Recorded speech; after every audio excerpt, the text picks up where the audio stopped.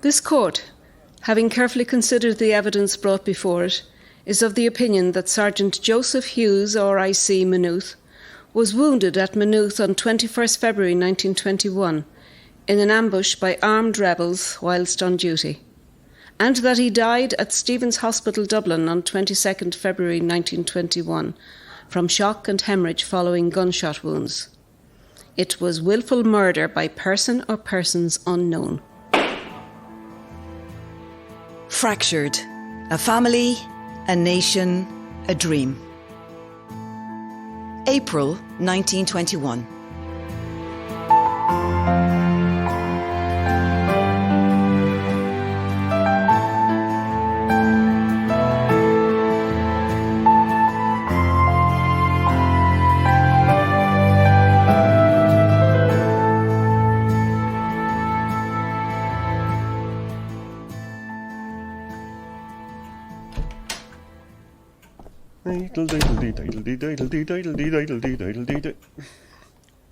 Well, no wonder the world and its mother are beating down the door of this place. Look at the happy smiles that greet them with their pint. Tomas and Mary, will you cheer up? Well, if you won't, excuse me, please. What are you looking for, Daddy? A pencil and a bit of paper. Now, miss, your name. What? What do you mean, what? Sorry, I wasn't... what is it? Name. My name? Yes. Mary. Daddy, what are you... Mary. And surname? You know what it is. Mary, you know what it is. Unusual, but fine. Relation to head of family? Stepdaughter, I suppose. Religious profession? Roman Catholic. Education? I can read and write, so that's... Not enough. Alive or dead? Sorry? Are you alive or dead? Tomas, what is he going on about? How about you, Tomas? Are you alive or dead? Are you feeling all right, Daddy? I'm feeling fine, son. It's you two I'm wondering about. Moping about the place these days with the long faces on ye. Driving good customers away, making them feel like they've landed in purgatory or something. Sorry, Daddy. Sorry. Well, sorry's no good if you don't pull up your socks around here. The Perry are about as cheerful as a mortuary chapel on a wet Saturday. Are ye alive or dead? I don't know what's been put in the water here lately. Maybe it's the smell of the river from the college. Very funny. Tomas, get out the front door there and greet a few people on the street. Show them that it's not a mortuary chapel. It's not exactly a variety show either. What was that about, Daddy? All the questions. I was doing my own census, Mary.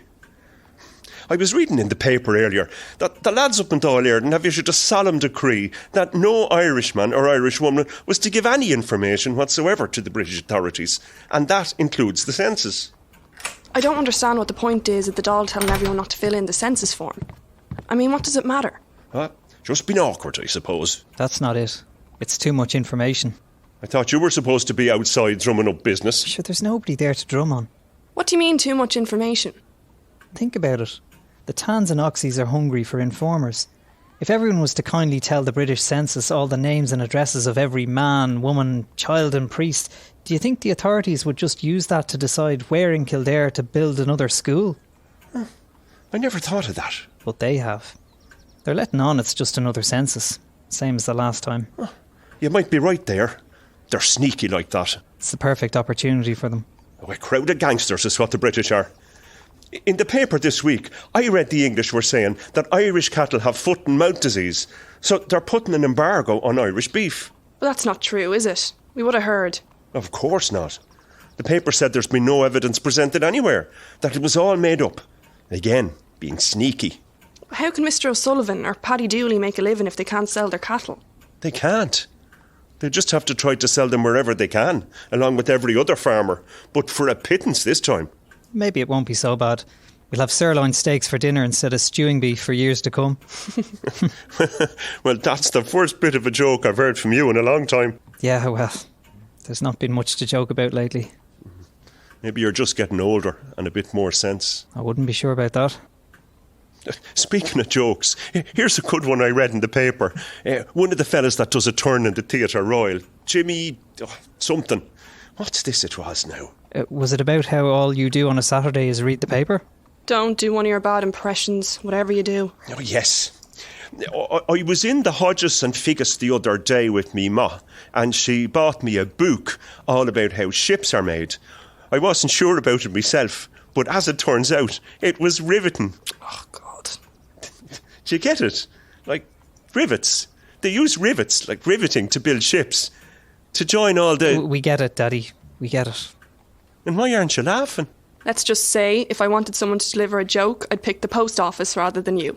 She said that, Daddy, not me. Well, that's just grand, isn't it? Me trying to cheer you both up, and you treating me like that. Ah, don't mind me, I'm only codding you. As long as you don't wear a hole in that table, polishing the same spot over and over again. I let you away with it this time. Was I doing that? God, I was miles away.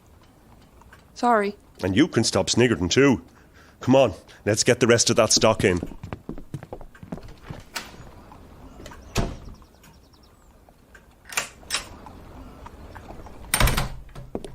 How are you doing?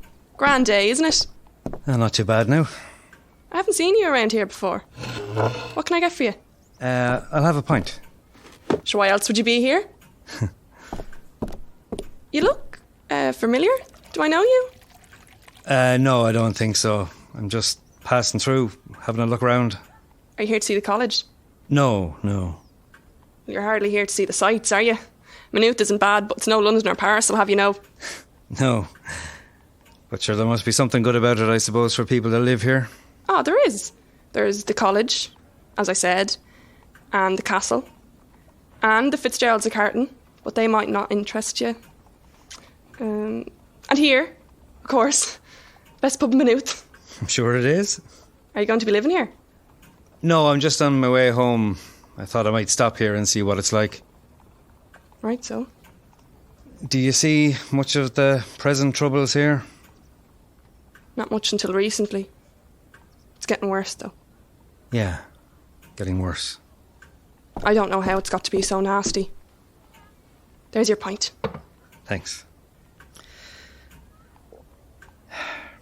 It's tough, all right. I'm Andrew, by the way. Pleased to meet you, Andrew. I'm Mary. It's hard to know who to trust. Everyone is so suspicious now. You have to be careful who you smile at or say hello to, in case they're the wrong type. Yes. Something tells me you're not here to see the sights. I'm not Mary. The people, mainly, I suppose. The people. Yeah, see what people are like here, what kind of people they are. Which side they're on, you mean? No, not which side. Why does there always have to be a side? Why, indeed. I stopped here because my brother lived here. Oh, And I wanted to hoped to see if he was happy here. was he one of the ones arrested? I'm Andrew Hughes. My brother was Joseph Hughes. He was shot dead about 6 weeks ago here, in February. He was an RIC man. Yeah. I heard. Did you know him? Not too much. He seemed a good man, though. He was that. A good man. And a good brother. Was there much between you? Just shy of 3 years. Perfect for an older brother to beat up anyone picking on me at school. He looked after you. He did. He always had that kind streak in him. Sense of justice. Took care of me when I started in the mines too. A miner? I didn't know. No, there's a fair few mines around that part of the world. We were in the mine at home in Wolf Hill, Queen's County, near the Swan. Joe followed the eldest brother, Michael, and became a miner like Daddy, and then I followed suit. He used to show me how to follow the loads, put an extra prop beside you in the tunnel you're working on, how best to pick out the coal. You called him Joe. Joe and Andy, that was us. Pair of messers. Pair of gurriers at times, truth be told. Oh, what did you get up to? Any sort of mischief, really. Robbing apples from the nun's orchard. Covering the handle of the chapel door with coal dust. I thought you had a sense of justice. He liked a bit of fun too. Are there many others in the family? Mum and Dad are gone. 2 sisters and 3 brothers. Well, 2 brothers now. I look after Willie. He's simple, God love him. I don't think he understands yet. Joe always had a soft spot for him. I think I do remember him a bit now. You come in here the odd time. Was he welcome? Well, it was difficult. There's a lot of people want nothing to do with the RIC now. Want rid of them. I don't blame you. These are difficult times, dangerous times. He was very fair. He helped me here one time when Moss, a customer, got a bit angry. He stepped in and he was my knight in shining armour. Would have loved to have heard that. I think it's fair to say he was a handsome man too. We would have definitely loved to hear that. Your smile is very like his. And the way you throw your head back when you laugh. God, you really had a good read of him while he was here. He was nice to look at. And he must have been happy enough here, so? If you saw him laughing and smiling so much. Maybe he was just smiling at you, eh? What are you doing, Tomas? I'm just bringing in some stock for Daddy. Hello, haven't seen you about before. Andrew, this is Tomas, my brother. Pleased to meet you. Passing through our wonderful village, eh? Don't let the smell of the river put you off. No, I won't. Nice to meet you. I was telling your sister that I just came to see what kind of a place this is. My brother was shot here last month. Joseph Hughes. Oh, I see. I mean, yes, it's a terrible tragedy, sir. It's, I'm sorry for your loss. Thank you. I just wanted to see the place and meet a few of his friends, or people he knew. Right. Well, I suppose we didn't really know him that much, being a policeman and all. But it's a busy little town, so I'm sure he had his hands full. Plenty of disputes and arguments. A few fists thrown the odd time. A few in here, maybe? The odd one or two. We can calm that down ourselves. Tomas is a law unto himself. Joe was like that too. Could handle himself. He was stationed in Naas for years before he came here, and he always seemed to be pulling lads apart outside of pubs or the courthouse. He was well liked there, though, I believe. And everyone knew him. So if there was ever a bit of a row on the street and he was spotted round in the corner, someone would shout, "Ah, lad, stop, here's Hughes." And they'd break it up, and I'll be friends again, and have a chat with him and a smoke together when he came up. He liked that he could stop a row by his presence alone. He was respected. He was. Less so here, I felt. If you'll excuse me talking about your town like that. No, it's fine. It can be a bit rough, all right. And sure, he wasn't here too long, really. To get to know him, like. Anyway, I better... I was the one that had to identify him. In Stephen's hospital. Such an odd train journey up there. It's strange, but you grow up in the country seeing animals live and die, or even working in the mines, so you're kind of used to seeing death. It's not something that gets in at you normally. But seeing your brother, seeing Joe, and the back of his head gone, his lovely shiny hair matted with blood, I'll never forget the look on his face. And the inquest was so... Well, it wasn't a normal inquest now. Now there's martial law. It's a court of inquiry. Captains and major generals, and all very clinical, cold, technical. Entry wound 2 inches in front of the left ear. Severe laceration of the brain. Killed in an ambush by persons unknown was the verdict. As if that helped. I'm sorry, Mary. I didn't mean to upset you. It's horrible to hear. I know. I forgot. I'm very sorry. No, I'm so sorry for you. I'm so sorry for your brother. I'd better... Very sorry for your trouble. I wish... I need to get back to... Sorry. No, don't apologise. It's not your fault. I wasn't meaning to upset you or your brother. Don't worry about him. Would you know if Joe had a sweetheart? What makes you think he did? It seemed like he did in one of the letters he sent me. Not that he gave too much away in case the rebels got hold of it. I think she was a Grania. Do you know Grania? No. Maybe it was a different name? No, it's definitely Grania. Would have liked to meet her. Get to know her a bit, find out what she's like. Though, God knows, it probably would have been a sad meeting at first. Did he say much about her? In his letters? A Storm McCree, he called her in one of them. That'd be him, all right. He'd love showing off his Irish. I think he meant it, though. A Storm McCree. Well, if you'll excuse me, Mary, I better be going. Nice and all as it is talking with you. The air around here, it just feels heavy with them.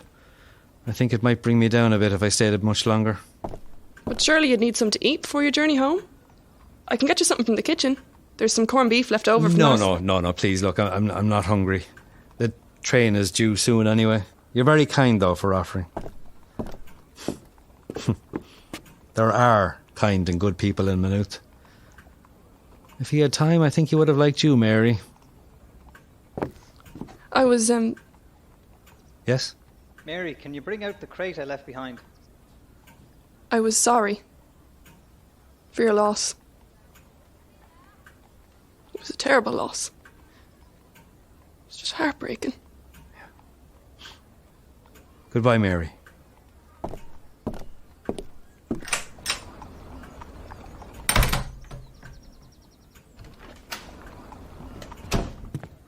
Did you hear me? I said, you all right? Why did you let it happen? You knew about him, about me, about the ambush. You knew, didn't you? You and your precious IRA. And you let him into that. Dear God. His poor head. His beautiful face. Answer me. Jesus, Mary. Damn you, Tomas. Damn you to hell if you let him be killed and you did nothing about it.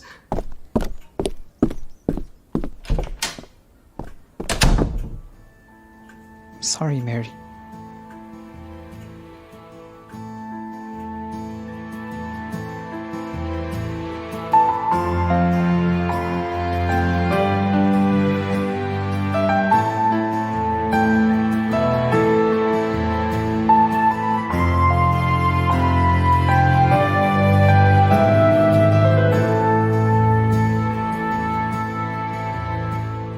Fractured is a Down at Heel production.